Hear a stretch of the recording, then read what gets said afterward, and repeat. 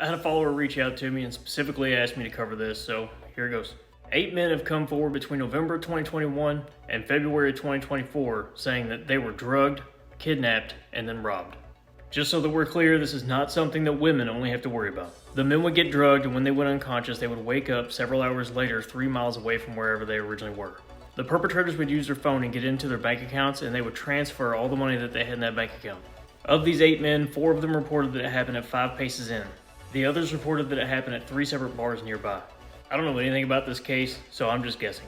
Of the men that came forward as victims, all of them were in their mid-20s and had access to thousands of dollars. Which shouldn't be surprising considering that this is considered a wealthy area of Atlanta. I definitely think that this was organized, and I think the bartender was in on it. I would probably be looking for a specific bartender that worked at all 4 bars during that time period. If there were any connections made there, I'd be looking at their associates, because it definitely took more than one person to pull this off. I'm not entirely sure on the timeline, but apparently this happened in New York as well. In New York, criminals robbed over 3 dozen people, and 7 of those resulted in death. So statistically speaking, if it was the same crew, probably at least one person would have died by now. I'll try to keep everybody updated with that, but until then, here's some advice. If you're going out to have a good time, try not to go alone. If you start feeling unusually intoxicated, you need to send for help. Every single one of these guys said that they felt unusually intoxicated and didn't even feel like that it was the alcohol that had the effect. If you're at a house party, a Starbucks lid will fit over a Solo cup. You can also purchase this, it's called Nightcap. You can get it in my Amazon store.